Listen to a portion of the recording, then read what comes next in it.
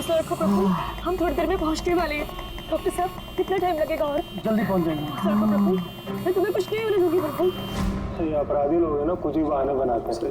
Heart attack हो गया ताकि बस कानूनी कार्रवाई ना। पता है ये मामला है वैसे भी हॉस्पिटल के मालिक का, डॉक्टर रंजीत के। डॉक्टर रंजीत ही है ना?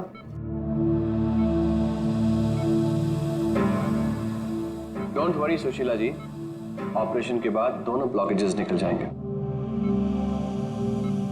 रंजीत जी, सिगरेट मंगवाऊं आपके लिए? देखिए, आपको मुझे वादा करना पड़ेगा कि इस ऑपरेशन के बाद आप सिगरेट पीना बिल्कुल छोड़ देंगे। Very good.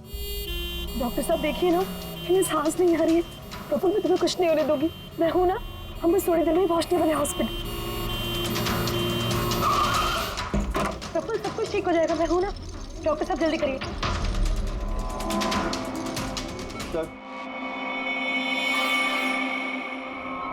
सर बाहर मीडिया वाले जाने को तैयार ही नहीं हो रहे। उनको लग रहा है ये सर्जरी, ये सब कुछ एक नाटक है। क्या? अच्छा तुम एक काम करो, पैथोलॉजी लैब असिस्टेंट संजीव से रंजीत जी की रिपोर्ट मंगवाओ। सर मैंने रिपोर्ट्स के लिए बोला हुआ है, बस वो आ ही रही हैं। देखिए आप लोग शांत हो जाइए। ये डॉक्टर कमलेश है और यही डॉक्टर रंजीत का ऑपरेशन करने वाले हैं। डॉक्टर कमलेश, क्या ये हार्ट अटैक असली है या फिर इंक्वायरी से बचने का कोई नाटक? देखिए, मैंने डॉक्टर रंजीत को खुद चेक किया है।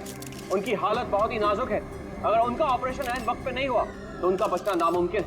You understand that? लेकिन ऑर्गन ट्रांसप्लांट रैकेट में नाम आने के बाद ही ये हार्ट अटैक आया, तो ये कोई महज इत्तेफाक तो नहीं हो सकता। देखिए, हार्ट अटैक उस केस से पहले आया या उस केस के बाद में, ये मैं नहीं जानता।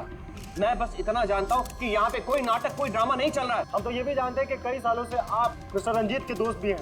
आप लोग क्या कहने की कोशिश कर रहे हैं? हाँ, मिस्टर रंजीत और हम दोस्त हैं, करेक्ट। लेकिन मिस्टर रंजीत अगर किसी रैकेट में शामिल है या नहीं है तो उससे मेरा कोई लेना देना नहीं है। मैं बस इतना जानता हूँ कि यहाँ पर कोई नाटक नहीं चल रहा है, कोई ड्रामा नहीं चल रहा है। सर ये लीजिए।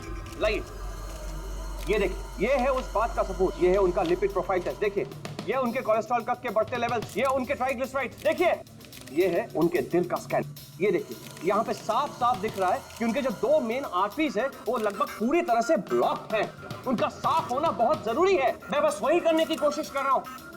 कल सुबह उनका ऑपरेशन, और आप लोगों को जो भी सवाल पूछते हैं ना, उनके ऑपरेशन के बाद, उनके होश में आने के बाद उनसे पूछ ली। Thank you very much.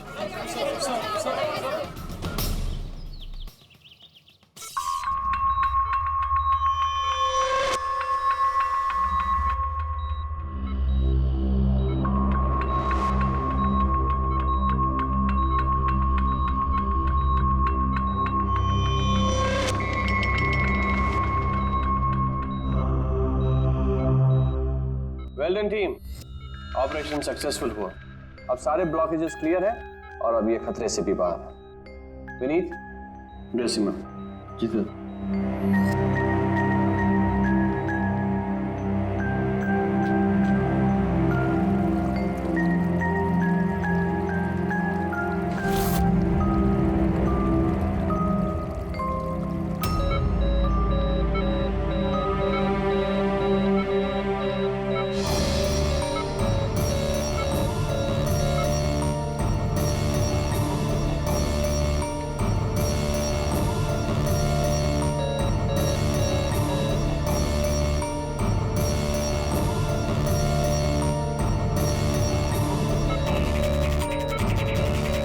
Sir इन्हें हार्ट अटैक आया है।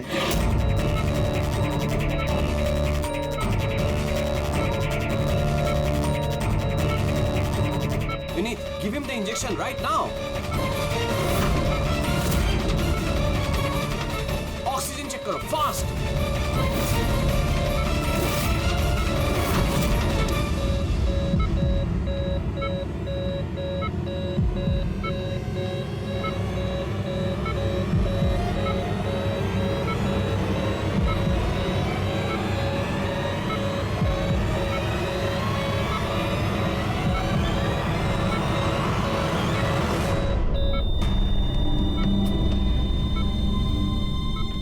ये कैसे हो गया? हम इन्हें बचा ना पाए।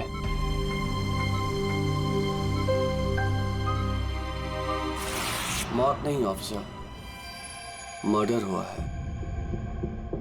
मर्डर? जी। पर डॉक्टर रंजीत की मौत तो हार्ट अटैक से हुई है ना? हार्ट अटैक तो हुआ है, लेकिन अपने आप नहीं हुआ है। क्या मतलब? आइए मैं आपको दिखाता हूँ, आइए।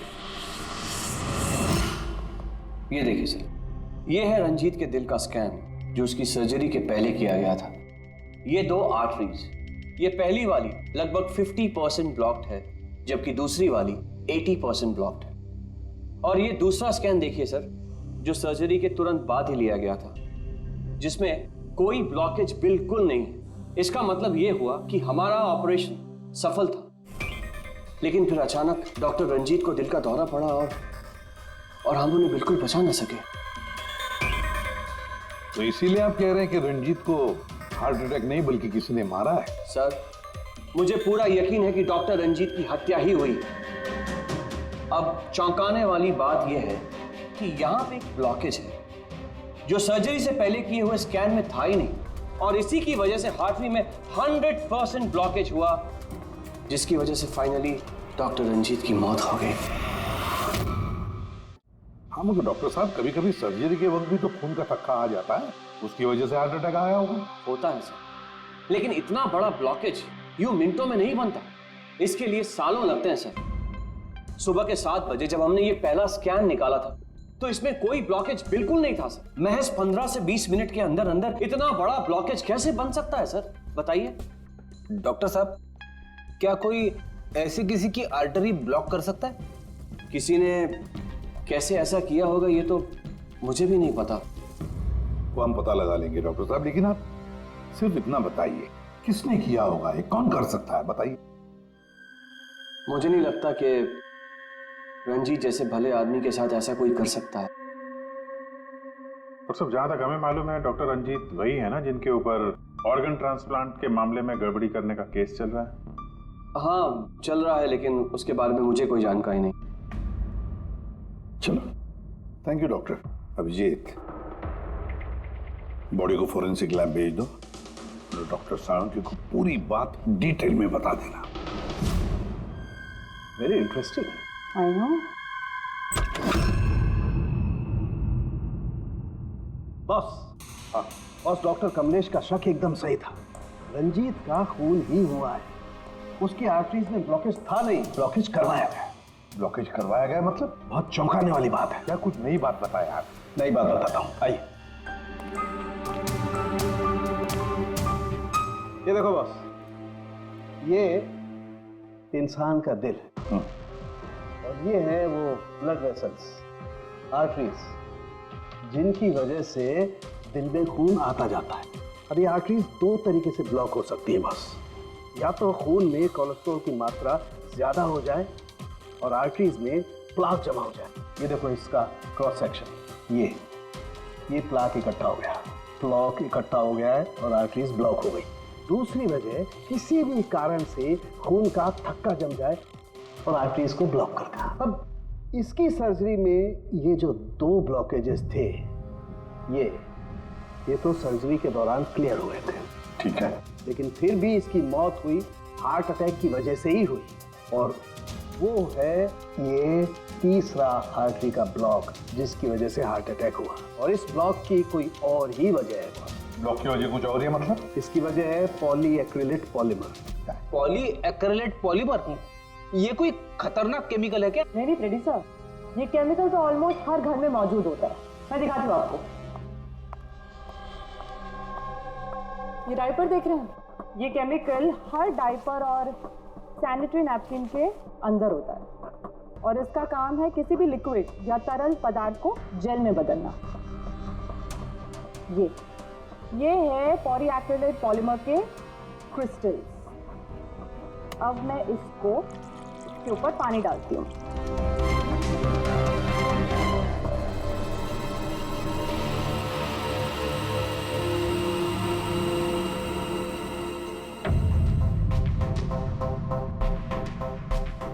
अरे ये तो जेल बन गया। तारिका जी, ये कोई जादू है क्या? जादू नहीं प्रेडी, साइंस। बॉस, इस केमिकल को वाटर लॉक भी कहते हैं। ये अपने से कई 100 गुना ज्यादा पानी को या किसी भी लिक्विड को अपने अंदर सोख लेता है। अच्छा, तो इसीलिए ये डायपर्स और सैनिटरी नैपकिन में इस्तेमाल होता है। और सर रंजीत के आर्टरी के ऑटोप्सी में यही केमिकल मिला है। बॉस, ये केमिकल अपने आप तो उसकी आर्टरी में पहुंचेगा नहीं। हाँ, सर्जरी के वक्त ही गया होगा। ये केमिकल पॉलीएक्रिलेट पॉलीमर, जिसकी वजह से उसका खून जेल में बदल गया और उसने आर्टरी को ब्लॉक कर दिया और उसकी मौत हो गई।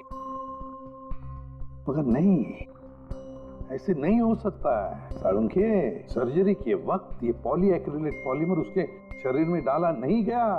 अगर वैसे होता तो उसी वक्त सर्जरी के वक्त उसका खून जेल में बदल जाता, ब्लॉकेज हो जाता और उसकी मौत हो जाती तुरंत। सर्जरी 2 घंटे तक चली और तो और सर्जरी कामयाब भी रही। 2 ब्लॉकेजेस थे, वो भी साफ हो गए, लेकिन ये तीसरा ब्लॉकेज बाद में आ गया। इसका मतलब है पॉलीएक्रिलेट पॉलीमर उसे बाद में दिया गया, सर्जरी के बाद में। और ये तो डॉक्टर कमलेश की टीम में से ही कोई दे सकता है। ऐसे किसी केमिकल का इस्तेमाल सर्जरी में तो नहीं होता सर। पता है हमें डॉक्टर साहब, ये पॉलीएक्रिलेट पॉलीमर सर्जरी में इस्तेमाल नहीं होता और इसीलिए हमें शक है कि किसी ने डॉक्टर रंजीत को जानबूझकर ये दिया है। और हमें शक है वो आप में से ही कोई एक है, आप में से ही कोई। ये आप क्या बोल रहे हैं सर? सर ये हमारे बेस्ट डॉक्टर्स और नर्सेस की टीम है। यहाँ पे ये लोग कोई क्रिमिनल्स नहीं है सर। क्रिमिनल्स हमारे जैसे ही दिखते हैं, समझे आप? आसमान से नहीं टपकते। लेकिन सर इस हॉस्पिटल से हमारा घर चलता है, हम हमारे मालिक को क्यों मारेंगे? और सर डॉक्टर रंजीत से हमारी कोई दुश्मनी भी नहीं थी, तो उन्हें मारकर हमें क्या मिलेगा? डॉक्टर आपने कहा कि ये केमिकल सर्जरी में नहीं इस्तेमाल किए जाते, लेकिन जो औजार, जो इंस्ट्रूमेंट्स सर्जरी में इस्तेमाल किए जाते हैं वो कहीं ऐसा तो नहीं किसी ने इस केमिकल को उन औजारों पे ही लगा दिया हो? ऑपरेशन के वक्त आप लोगों ने कौन कौन से इंस्ट्रूमेंट यूज किए थे? सर सबसे पहले हमने एनेस्थीसिया यानी कि बेहोशी का इंजेक्शन दिया। बस एक नीडल, एक सिरिंज और एक इंजेक्शन ही यूज किया है। दरअसल ये चीजें बिल्कुल वैक्यूम पैक होती हैं। इनको सिर्फ और सिर्फ ऑपरेशन के वक्त ही खोला जाता है। मैंने डॉक्टर कमलेश को सेट दिया था और मैंने पूरी तरह चेक किया था, वो वैक्यूम पैक था। और हाँ सर, हमने दवाइयाँ और खून चढ़ाने के लिए कुछ ट्यूब्स का भी इस्तेमाल किया, जैसे कि आईवी ट्यूब्स, कैथीटर एटसेट्रा। ये सारी चीजें हम देखना चाहते हैं। एक सर्जरी में इस्तेमाल हुई चीजें हम दोबारा इस्तेमाल नहीं करते, उसको जला के नष्ट कर देते हैं।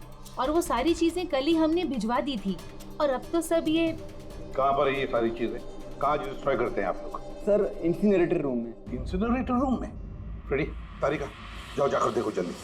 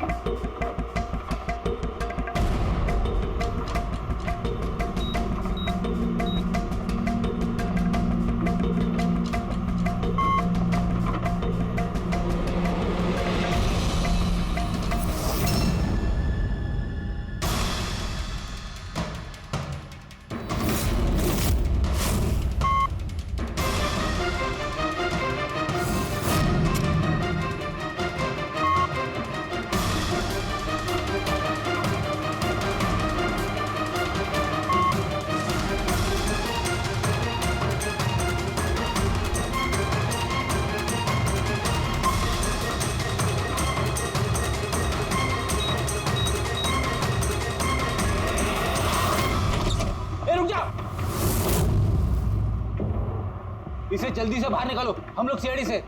चलो निकालिए बाहर।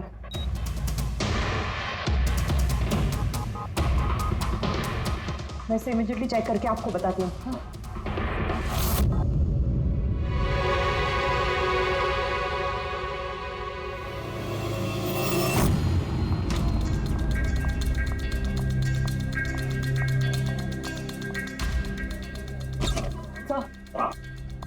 और एक आईवी ट्यूब, आईवी बैग और एक सेंट्रल लाइन में से मुझे पॉलीएक्रिलेट पॉलीमर के ट्रेसेस मिले हैं। क्या?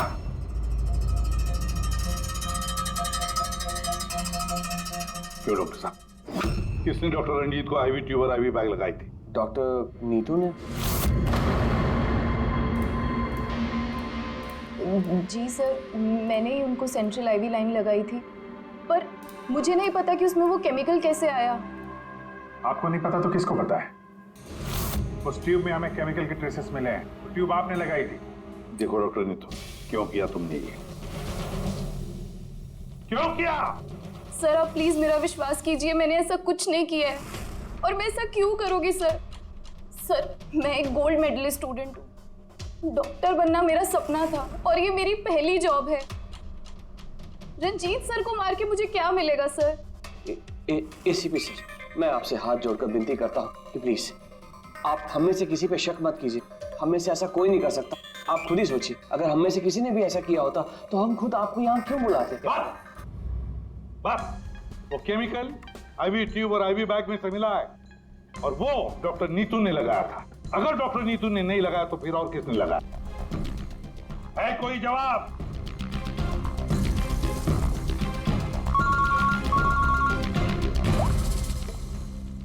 आसान के क्या? या साळुंखे, अभी अभी तक तो तू ये कह रहा था कि पॉलीएक्रिलिक पॉलीमर से कोई भी लिक्विड कुछ ही सेकंडों में जेल में कन्वर्ट होता है। अब तू कह रहा है कि डॉक्टर रंजीत की सर्जरी से पहले उसे ये पॉलीमर दिया गया था। कैसे?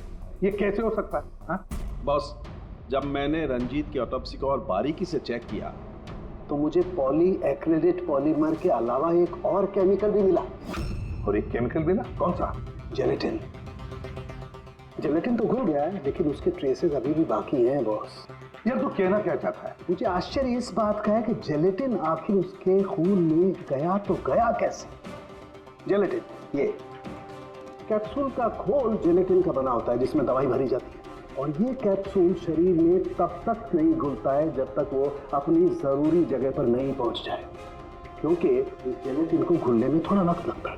फिर ये जेलेटिन का कैप्सूल ये हमने पानी में डाला, अब इसे घुलने में थोड़ा वक्त लगेगा।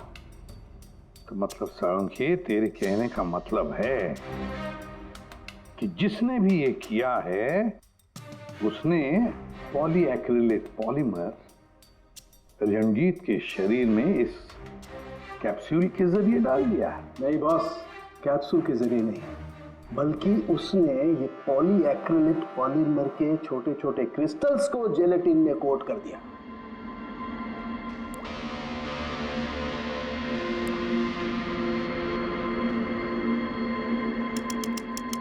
वो नहीं चाहता था कि ये केमिकल तब तक डिसॉल्व हो जब तक वो दिल में नहीं पहुंच जाए।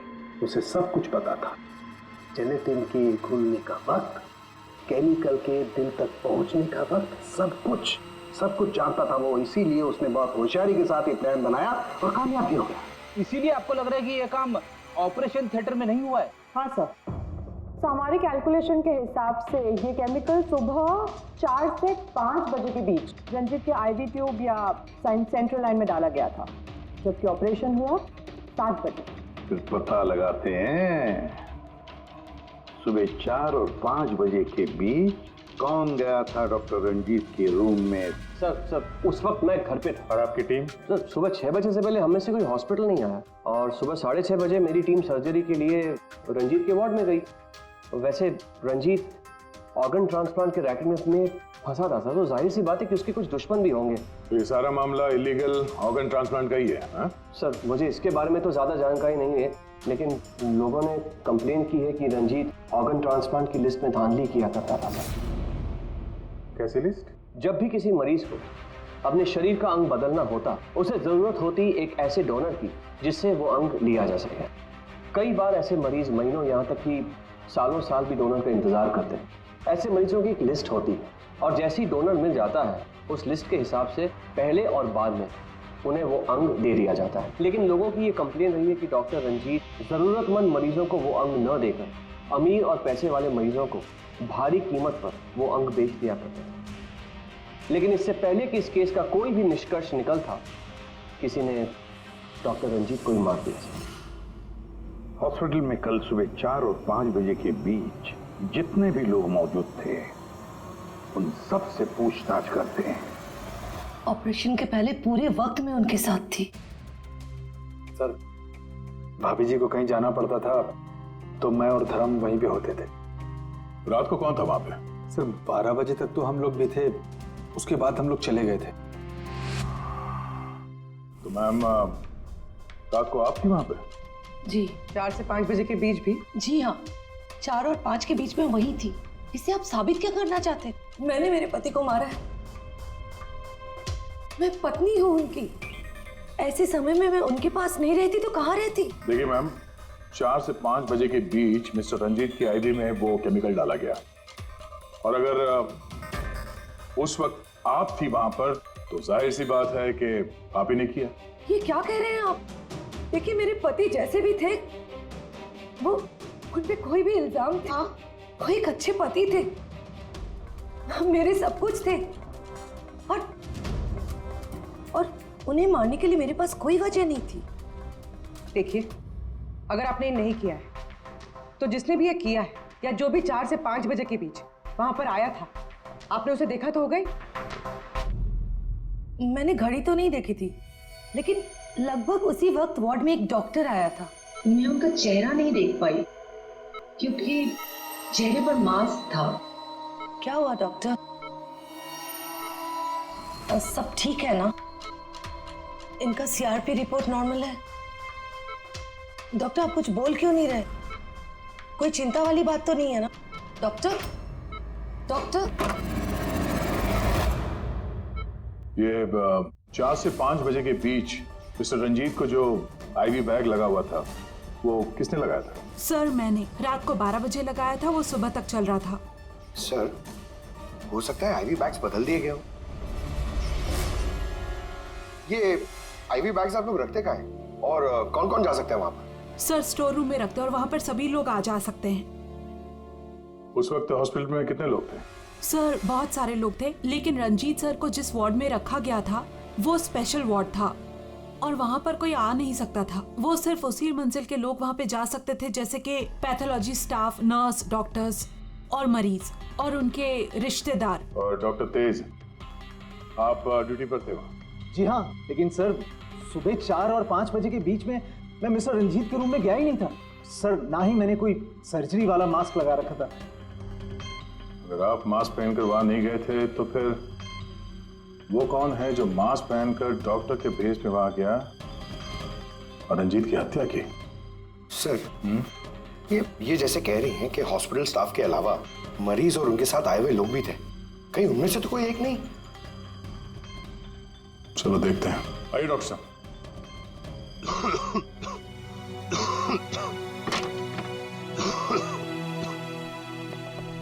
सर इस वार्ड में वो मरीज हैं जो कल भी एडमिट थे।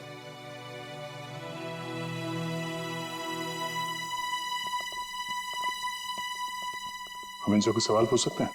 पूछ सकते हैं सर, लेकिन इनमें से कोई भी ऐसा नहीं है जो खुद चलकर उस वार्ड तक जा सके। खुद नहीं जा सकता, लेकिन कोई तो होगा जिसने उस खूनी को देखा। सर इनमें से 2 मरीज ऐसे हैं जिनकी सर्जरी हुई है और बाकी सब इस हालत में नहीं है कि उठकर इस वार्ड से बाहर निकले।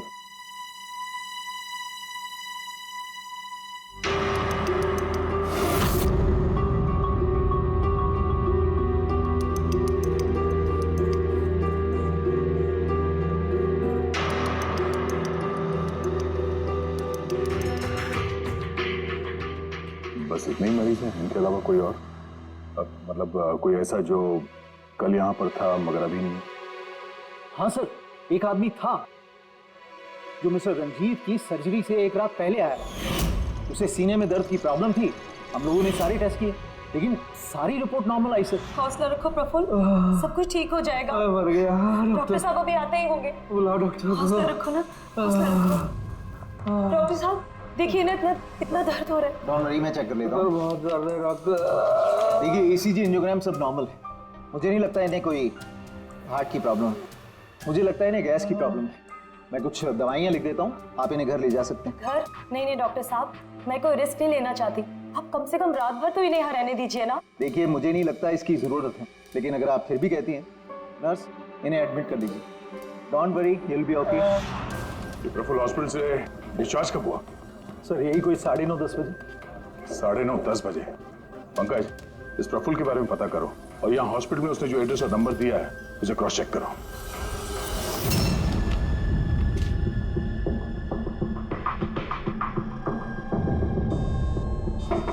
सर हाँ पंकज, प्रफुल्ल के बारे में कुछ पता चला? नहीं सर। नहीं सर, हॉस्पिटल में प्रफुल्ल ने जितनी भी डिटेल्स दिखाई थी सर, सब गलत थी। और प्लस उसने पेमेंट भी कैश में की थी सर। मगर ये वार्ड बॉय एम्बुलेंस में प्रफुल्ल को हॉस्पिटल लेके गया था सर। कहाँ से उठाया था उसको? मलाड से साहब। मैं उसकी वाइफ को जानता हूँ। वाइफ को जानते हो? कैसे? वो पीकॉक बार की 1 नंबर डांसर चेरी है। अच्छा। और मैं उसका फैन नंबर 1 साल से रेगुलर हर हफ्ते वहां जाता था, खाली उसी की वास्ते। अपने को वो कभी देखी ही नहीं। और उस दिन एम्बुलेंस में कितने प्यार से अपने पति का टेक केयर कर रही थी। कसम से जान जल रही थी मेरी। ये देखकर मेरा दिल टूट गया। तो रूपाली असल में पीकॉक बार की डांसर है सर, चेरी। रूपाली पीकॉक बार की डांसर रूपाली उस चेरी। इस चेरी से जाकर मिलो, अच्छी तरह से पूछताछ करो। यही हमें प्रफुल्ल के बारे में सब कुछ बता देगी।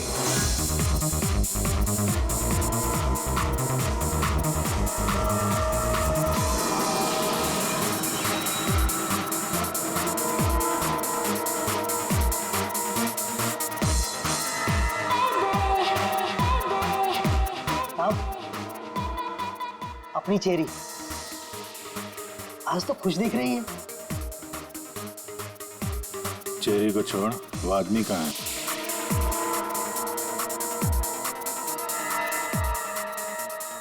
ये कहाँ जा रही है साहब?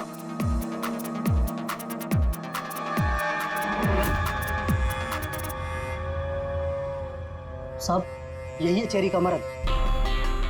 ये है?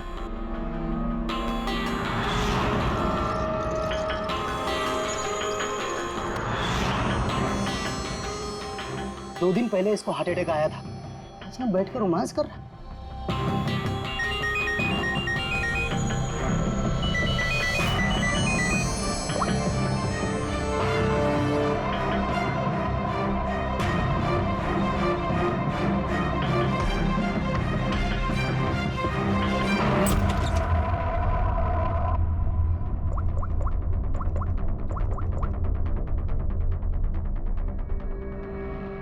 देख, मैंने काम पूरा किया ना बॉस, तो पूरा पैसा भी बनता है। सुन सुन सुन सुन, तूने कहा उसको मार डाल, मैंने मार दिया। अभी कैसे किया, क्या किया, ये सब में घुसने का नहीं है।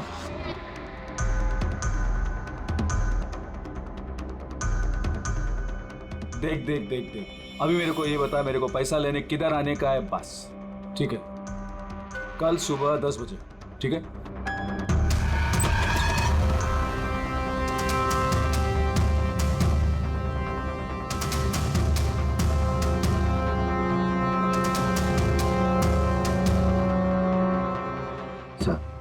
इसने मान लिया कि खून इसी ने किया है सर।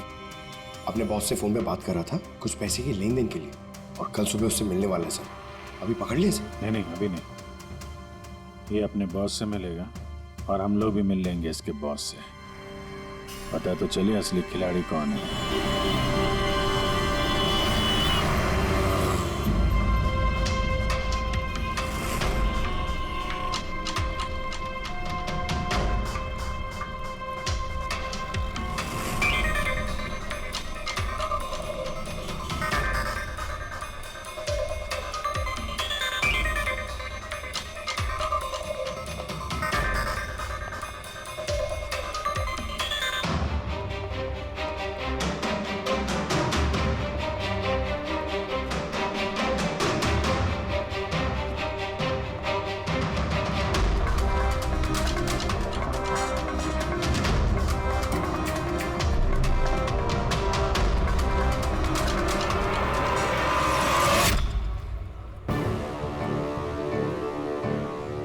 ये करने क्या आया है यहाँ पे?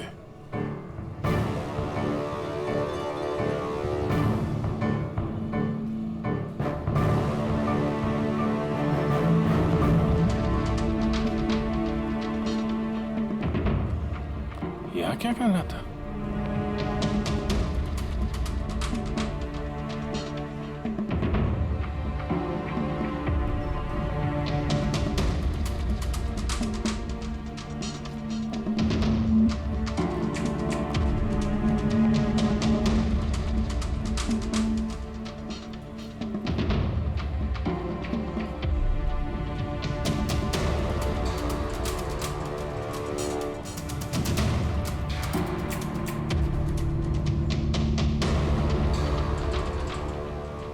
गया था तो खाली हाथ अभी बैग लेके जा रहा है। बॉस तो बहुत चालाक निकला। इसको पकड़ते हैं। कौन हो तुम? अरे वो सब छोड़ो, पहले ये बैग इसे खोल के दिखाओ, क्या है इसमें? अरे सामान है मेरा, और क्या करने का आप लोगों को? कौन है आप लोग? सीआईडी। सीआईडी? ये बता कि रंजीत को क्यों मारा तूने? हैं? किसके कहने पे मारा? सर मेरा रंजीत को कौन सा रंजीत सर? कौन सा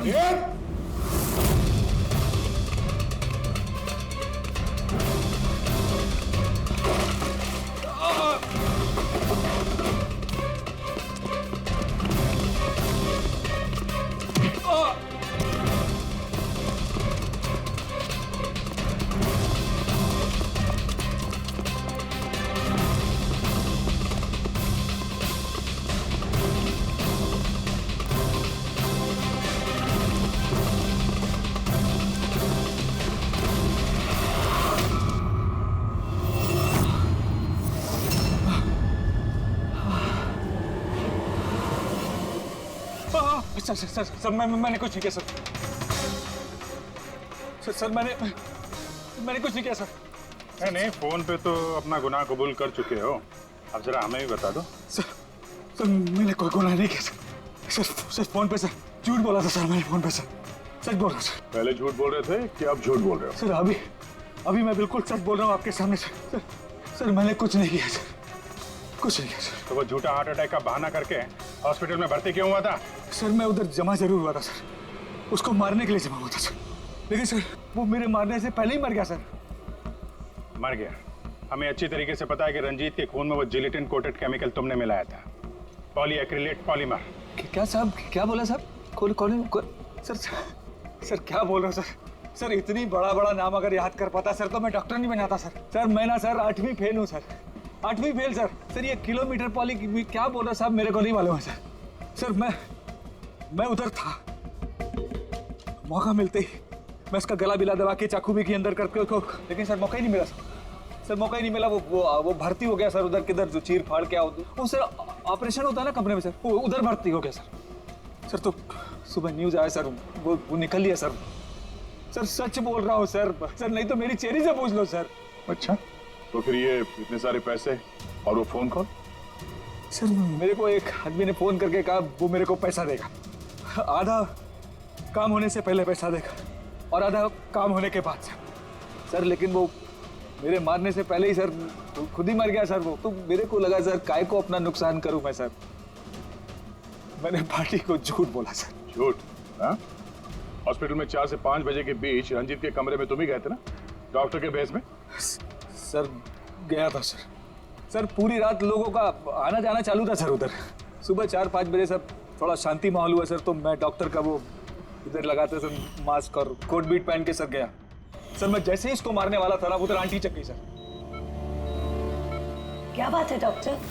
मेरे को असली का डॉक्टर समझे, मेरे से सवाल जवाब करने लगा, मैं डर गया सर, मैं क्या जवाब देता सर उसको, तो मैं वहां से भाग गया, सच बोल रहा हूँ सर मैं भाग गया वहां। वो कॉन्ट्रैक्ट किसने दिया था तुझे?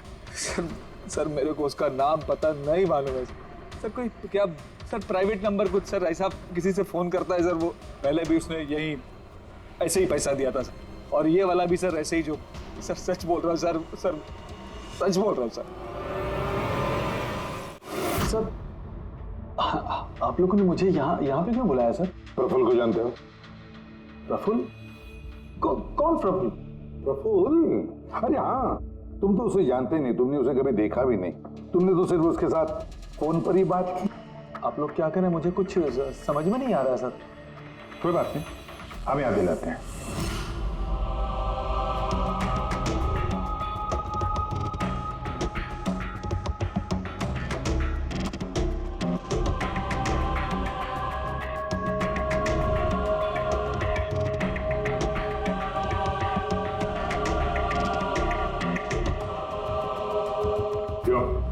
अभी भी कुछ कहना है तुम्हें? तो गगन जी बताइए, अभी क्यों मारना चाहते थे तुम रंजीत को? बताओ जल्दी। सर रंजीत साहब के साथ उस किडनी रैकेट में मैं भी था। लेकिन सर धांधली मैंने नहीं की है सर, मैं तो सिर्फ रंजीत साहब को बड़ी बड़ी पार्टियां ला कर देता था, बाकी सब तो वही किया करते थे सर। जब ये केस हो गया तो मुझे पता था कि फंसने पर रंजीत साहब सारा दोष मेरे सर पे मढ़ देंगे। इसी से बचने के लिए मैंने रंजीत साहब को मारने का प्लान किया और इसीलिए मैंने प्रफुल्ल को कांटेक्ट किया। शर्म आनी चाहिए तुम्हें। पैसों की लालच में ऐसा घिनौना काम कर दिया। तुम्हें तो कड़ी से कड़ी सजा होगी, समझे? कड़ी से कड़ी सजा। ले जाओ इसे पंकज। सर हम तो घूम फिर के वहीं आ गए। प्रफुल्ल ने हमें बताया कि उसने रंजीत को नहीं मारा, तो फिर किसने किया होगा? ये प्रफुल्ल जरूर हमसे कुछ छुपा रहा है।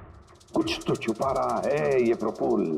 तुम्हारी नजर हर वक्त उस कमरे पर थी, तो कुछ याद है कि उस रात उस कमरे में कौन गया था?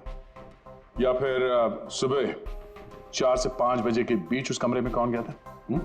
साहब, उस रात रंजीत साहब के कमरे में बहुत सारे लोगों का आना जाना लगा था और मैं तो इस मौके का इंतजार कर रहा था कि कोई ना हो और मैं अपना काम। सब 4-5 बजे के बीच स्टाफ के सारे लोग चले गए।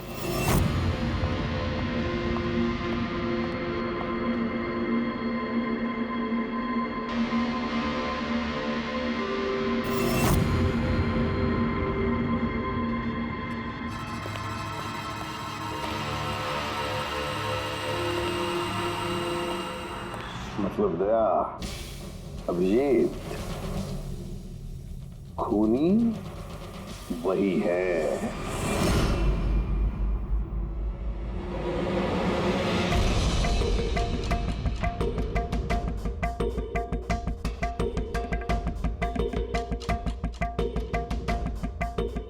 प्रफुल्ल,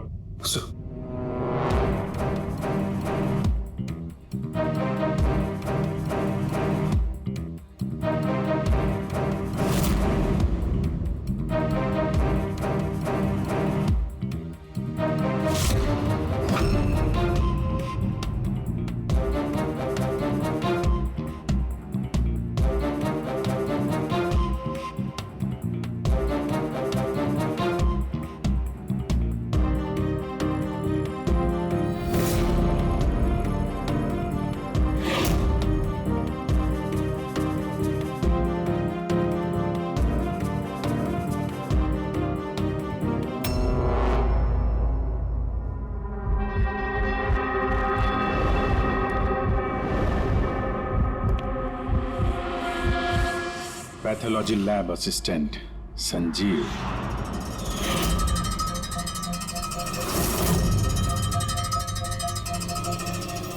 हैं सर?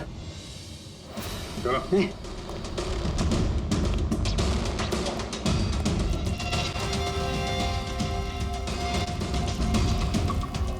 बताओ सब कुछ सच सच बताओ जल्दी।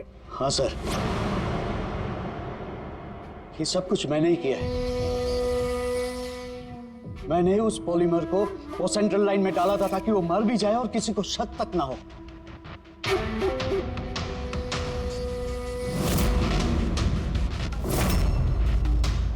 मैं तो चाहता था सर कि वो ऑपरेशन के दौरान ही मर जाए, लेकिन वो बाद में मरा है? तो क्यों मारा तुमने डॉक्टर रंजीत को? ऐसी क्या दुश्मनी थी तुम्हारी डॉक्टर रंजीत के साथ? उसने मेरी जिंदगी मुझसे छीन ली थी सर। उसने मेरी बेटी को मार डाला था सर। बेटी को मार डाला था। क्या बकवास कर रहे हो? रंजीत कभी किसी का खून नहीं कर सकते। ऐसा मुझे भी लगा था। मैंने 15 साल इस अस्पताल में ईमानदारी से सेवा की और अचानक एक दिन मुझे पता चलता है कि मेरी बेटी का बॉडी ऑर्गन फेल हो गया। उसकी जिंदगी के लिए नया बॉडी ऑर्गन का मिलना बहुत जरूरी था सर, और वो मिला भी। एक डोनर मिला सर, और कुछ ही दिनों में उससे नया बॉडी ऑर्गन डालने वाले थे। उसे नई जिंदगी मिलने वाली थी सर, नई जिंदगी। मैं खुशी से पागल था सर, खुशी से पागल हो गया था। सारी तैयारियां हो चुकी थी इसी अस्पताल में सर। ऑपरेशन भी होने वाला था, लेकिन मुझसे और इंतजार करने को कहा गया। वो नन्ही सी जानती कब तक इंतजार करती सर, वो तो चली गई, मुझे छोड़ के चली गई सर। फिर मैंने एक दिन ऑफिस में उसका केस पेपर देखा सर।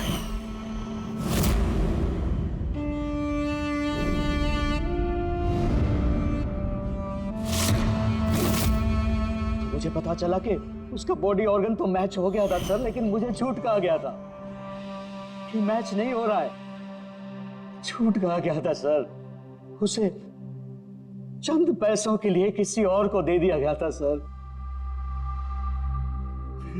सिर्फ अच्छे पैसों के लिए, कुछ ज्यादा पैसों के लिए। मेरी बेटी मुझसे चली गई सर, मुझे छोड़कर चली गई। तो सर उसी दिन मैंने कसम खा ली थी कि जिस दिन मौका मिलेगा मैं छोड़ूंगा नहीं, मैं बदला तो लेके रहूंगा सर, कसम खाई थी मैंने। क्या फायदा हुआ? क्या तुम्हारी बेटी तुम्हें वापस मिल गई? बदले की आग में तुमने एक जान ले ली और खुद बन गए सजा के हकदार। कानून तुम्हें माफ नहीं करेगा, तुम्हें कड़ी से कड़ी सजा होगी।